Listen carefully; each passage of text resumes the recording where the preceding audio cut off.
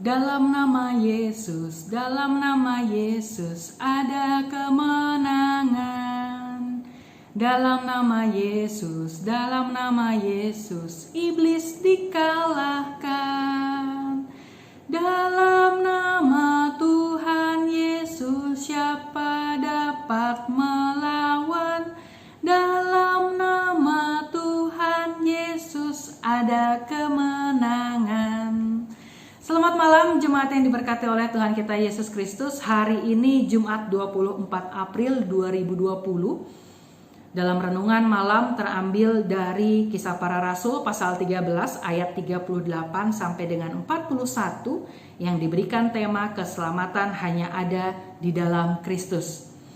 Lagu yang tadi saya nyanyikan itu hingga saat ini masih saya nyanyikan ketika saya menghadapi atau ketika saya sedang merasakan ketakutan. Bahkan saat ini ketika saya telah menjadi pendeta dan ditugaskan di Pos Pelkes Tempilang, ketika harus mengunjungi jemaat pada malam hari di mana rumah jemaat tersebut harus melewati lorong yang gelap, jalan yang sepi, saya selalu menyanyikan lagu tersebut di dalam hati. Mengapa demikian? Karena ketika menyanyikan lagu tersebut, saya merasa tenang dan rasa takut yang sebelumnya ada itu hilang seketika sehingga saya boleh melewati jalan yang gelap itu untuk saya boleh tiba di rumah jemaat, tiba di tujuan saya dan melanjutkan aktivitas saya dengan baik. Namun Bapak Ibu jemaat yang diberkati oleh Tuhan, ada juga sebagian orang yang ketika ketakutan, ketika terhimpit tekanan, ketika ada di dalam penderitaan, justru datang kepada orang-orang pintar, dukun yang kemudian mengharapkan untuk diberikan sesuatu pegangan, jimat, di mana jimat itu dipercaya memberikan keselamatan. Ya, memang benar bahwa jimat atau kekuatan-kekuatan itu bisa memberikan keselamatan, namun sifatnya hanya sesaat, bukan selamanya. Dan setelah efek daripada jimat tersebut habis, maka yang terjadi selanjutnya masalah akan muncul kembali dan bahkan lebih berat daripada sebelumnya. Artinya bahwa ketika kita mengandalkan kuasa-kuasa manusia dan hal-hal yang seperti itu, maka hidup kita tidak akan pernah mengalami kehidupan yang baik, yang tenang. Kalaupun boleh tenang, itu sekali lagi hanya sesaat. Ya jemaat yang diberkati oleh Tuhan, kisah kita pada malam hari ini mengisahkan tentang Rasul Paulus yang pada saat itu ada di Antioquia. Hari itu hari Sabat, diceritakan Paulus datang ke sinagoge dan juga bertemu dengan orang-orang di sana yang datang pada hari Sabat untuk mendengarkan hukum Taurat dan juga kitab para nabi. Dan di satu waktu Paulus diberikan kesempatan untuk boleh menuturkan kembali karya keselamatan Allah di dalam diri Yesus yang sudah dimulai sejak pembebasan di Mesir, renungan atau firman Tuhan beberapa hari yang lalu yang juga telah kita renungkan bersama hingga sampai kepada kematian Yesus di kayu salib. Kita tahu bersama bahwa seluruh rangkaian itu merupakan karya keselamatan daripada Allah di dalam Yesus Kristus untuk boleh menebus dosa-dosa manusia. Dan di dalam ayatnya yang ke-38 dan 39, Paulus begitu menekankan bahwa hanya di dalam Kristus Yesus ada pembebasan dari dosa, ada keselamatan dari dosa. Mari kita lihat ayat 38. Jadi ketahuilah hai saudara-saudara, oleh karena dialah maka diberitakan kepada kamu pengampunan dosa. Ayat 39. Dan di dalam dialah setiap orang yang percaya memperoleh pembebasan dari segala dosa yang tidak kamu peroleh dari hukum Musa.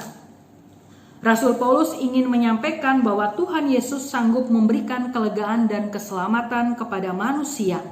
Rasul Paulus juga mengingatkan bahwa di dalam kuasanya Tuhan Yesus tidak hanya mampu memberikan pertolongan di dalam menghadapi tantangan, ancaman, dan pergumulan hidup, namun ia juga berkuasa memberikan setiap orang keselamatan dari hukuman dosa. Dan kita tahu bersama itu, kita sudah ingat rayakan kemarin di dalam peristiwa Paskah, di mana itu merupakan kemenangan dari segala dosa, kemenangan daripada maut. Jemaat yang diberkati oleh Tuhan, sebelum kita menutup hari ini, firman Tuhan mau mengajak kita untuk kita melihat kembali kehidupan kita. Mungkin saat ini sebagian daripada kita sedang diperhadapkan pada beban dan persoalan hidup yang berat, kehilangan akan orang-orang terkasih, pandemi COVID-19 yang kita belum tahu ujungnya sampai di mana. Ada banyak pergumulan hidup yang saat ini tengah kita jalani.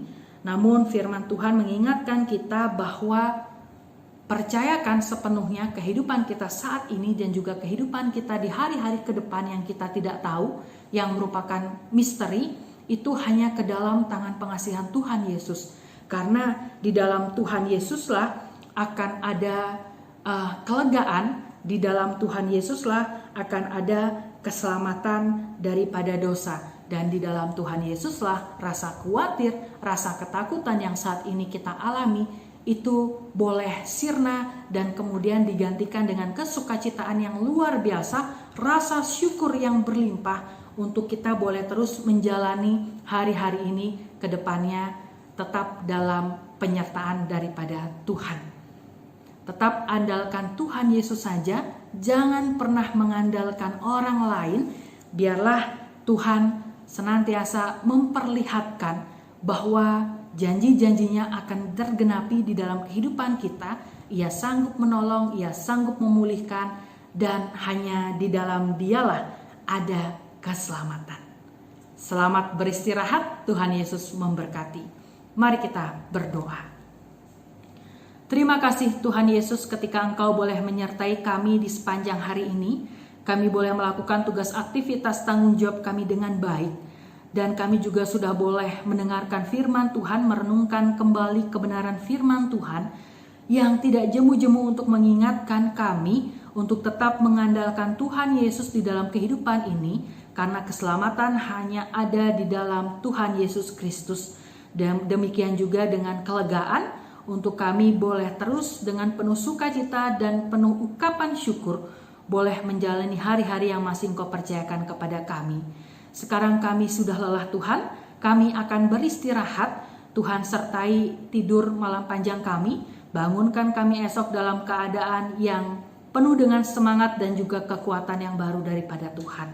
Terima kasih Tuhan, di dalam nama Tuhan Yesus kami sudah berdoa. Amin.